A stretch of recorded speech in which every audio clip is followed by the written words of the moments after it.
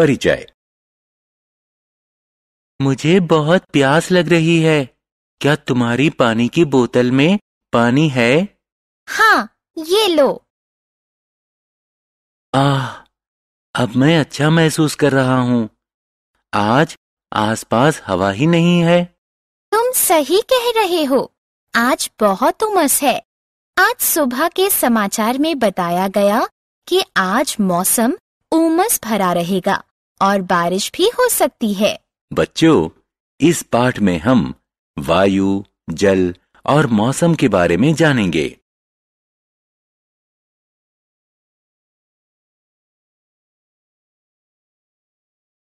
आओ सीखें।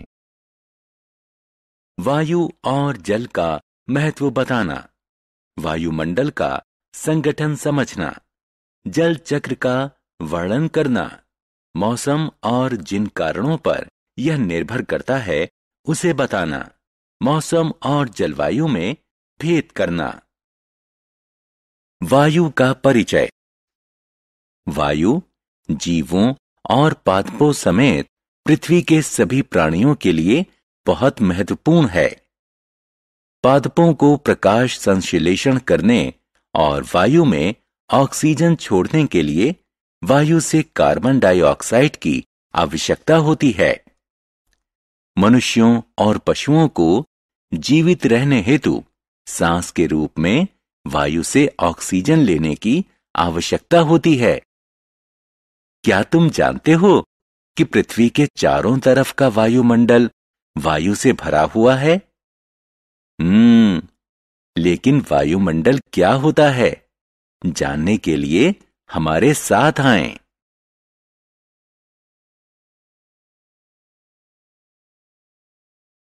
वायुमंडल का संगठन। वायुमंडल विभिन्न गैसों, मुख्यतः नाइट्रोजन और ऑक्सीजन के मिश्रण से बना है, जो पृथ्वी को चारों तरफ से कंबल की तरह लपेटे हुए है। वायुमंडल के बिना हम यहां जीवित नहीं रह सकते। यह सूर्य से आने वाली खतरनाक किरणों से हमें बचाता है और पृथ्वी को पादपों और पशुओं के लिए आदर्श निवास स्थान बनाता है।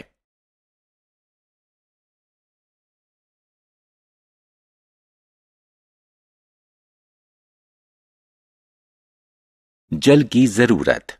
हम जानते हैं कि वायु हमारे जीवन के लिए अत्यधिक आवश्यक है, लेकिन क्या आपने कभी सोचा है कि जल इतना महत्वपूर्ण क्यों है?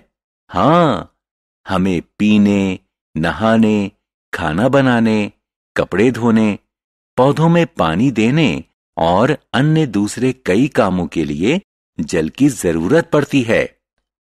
यह सच है कि जल के बिना पौधे मर जाएंगे और मनुष्य और पशु प्यासे रहेंगे। इसलिए बच्चों, जल की एक एक बूंद बचाओ और इसे बर्बाद नहीं होने दो। पृथ्वी पर जल। जल पृथ्वी पर सबसे प्रचुर मात्रा में पाया जाने वाला पदार्थ है। वास्तव में हमारी पृथ्वी का 70% हिस्सा पानी से ढका हुआ है। क्या तुम जानते हो कि पृथ्वी को नीला ग्रह भी कहते हैं? क्योंकि अंतरिक्ष से देखने पर पृथ्वी अपार जल राशि के कारण नीली दिखाई देती है।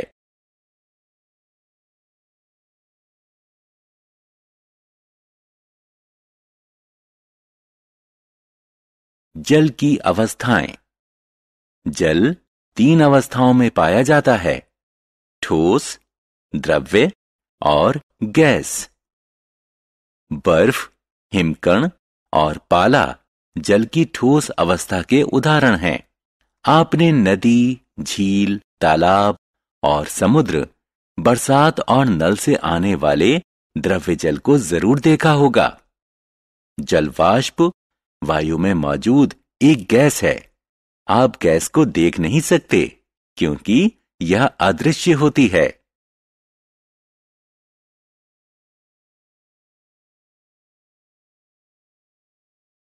हमारे शरीर में जल। आपको यह जानकर आश्चर्य होगा कि मनुष्य के शरीर के 2/3 हिस्से में पानी होता है। शरीर का तापमान बनाए रखने में इसकी महत्वपूर्ण भूमिका होती है। यह पोषक तत्वों को पूरे शरीर में पहुंचाता है, पाचन को सुधारता है और शरीर से अपशिष्ट पदार्थों को बाहर निकालता है।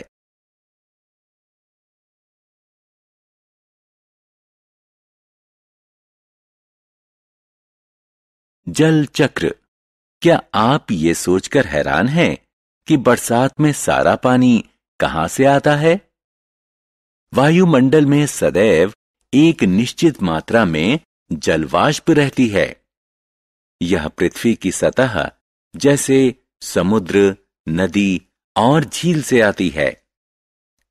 सूर्य की ऊष्मा पृथ्वी के धरातल पर मौजूद इन जल स्रोतों के पानी को गर्म कर देती है, जिससे यह द्रव्य अवस्था से गैस अवस्था में परिवर्तित हो जाता है। इस प्रक्रिया को वाष्पीकरण कहते हैं। वायुमंडल में ऊपर जाकर जलवाष्प शीतल हो जाता है और बादल बना लेता है। इसे संघनन कहते हैं। जब जल कण एकत्रित होने लगते हैं तो वो बड़ी बूंद बना लेते हैं और तापमान के अनुसार बरसात, बर्फ या ओले के रूप में नीचे गिरते हैं। इसे वर्षण कहते हैं। अंततः पानी जल स्रोतों तक पहुंचता है और एकत्रित होता है। आप देख सकते हैं कि जल लगातार धरती से वायु और फिर वापस धरती तक एक चक्र में चलता रहता है। इस प्रक्रिया को जल चक्र कहते हैं। इसलिए बच्चों, हमारे धरती से जल कभी खत्म नहीं होगा।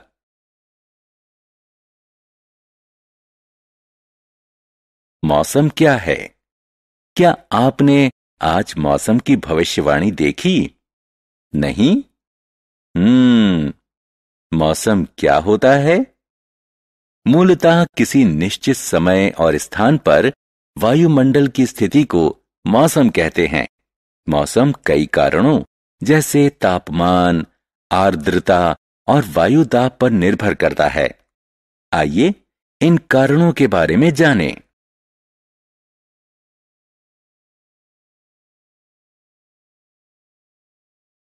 मौसम की तापमान पर निर्भरता। संभवतः हम सभी जानते हैं कि तापमान वायु की ठंडी या गर्मी का माप होता है। यह इस बात पर निर्भर करता है कि सूर्य से इसने कितनी ऊर्जा ली। तापमान को तापमापी नापक यंत्र की सहायता से मापते हैं और इसकी गणना डिग्री सेल्सियस और डिग्री फ़ारेनहाइट में करते हैं। मौसम की आर्द्रता पर निर्भरता। मौसम को प्रभावित करने वाला अन्य कारक आर्द्रता है। वायु में मौजूद जलवाष्प की मात्रा को आर्द्रता कहते हैं। हां, हमारे आसपास मौजूद हवा जल से भरी होती है। आप आमतौर पर झीलों, समुद्र, नदियों और पेड़ों से पानी के वाष्प बनते देख सकते हैं। जब आर्द्रता बढ़ जाती है तो हमें पसीना आता है और हम चिपचिपाहट और असुविधा महसूस करते हैं।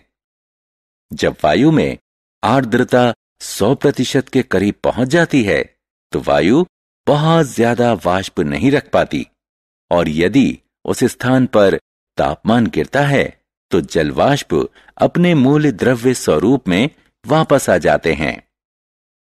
संघनन जमीन के पास होता है, जिससे कुहासा और कोहरा उत्पन्न होता है। वायुमंडल में बहुत ऊंचाई पर बादल बनते हैं।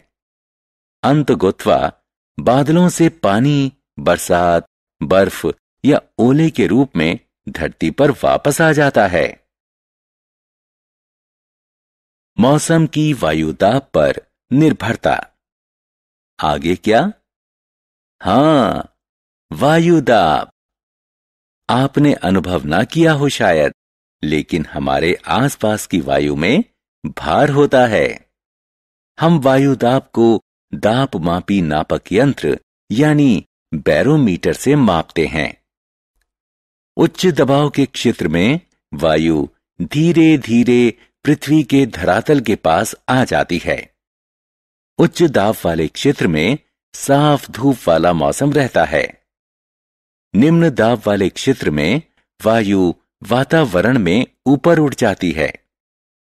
निम्न दाब वाले क्षेत्र में उच्च आर्द्रता, बादल, बरसात और दूसरे तरह के अवक्षेपण होते हैं।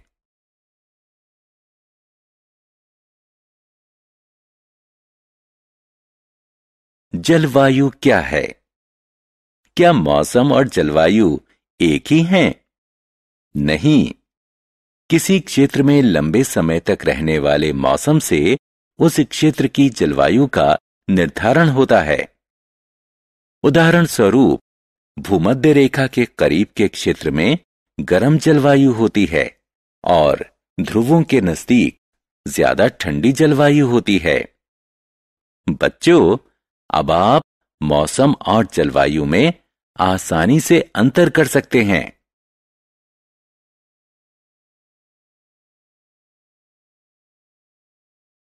हमने क्या चर्चा की? मनुष्यों और पशुओं को जीवित रहने हेतु सांस के रूप में वायु से ऑक्सीजन लेने की आवश्यकता होती है। वायुमंडल विभिन्न गैसों, मुख्यतः नाइट्रोजन और ऑक्सीजन के मिश्रण से बना है, जो पृथ्वी को चारों तरफ से कंबल की तरह लपेटे हुए है। हमें जल की एक एक बूंद बचानी चाहिए और इसे बर्बाद नहीं होने देना चाहिए।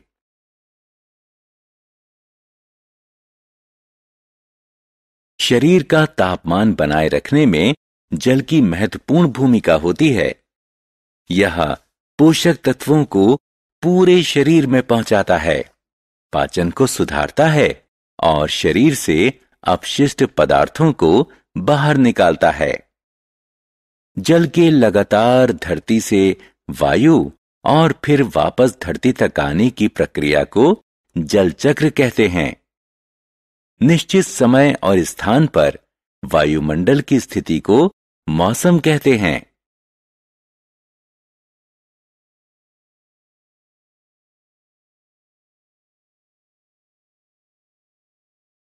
वायु में मौजूद जलवाष्प की मात्रा को आर्द्रता कहते हैं। किसी क्षेत्र में लंबे समय तक रहने वाले मौसम से उस क्षेत्र की जलवायु का निर्धारण होता है।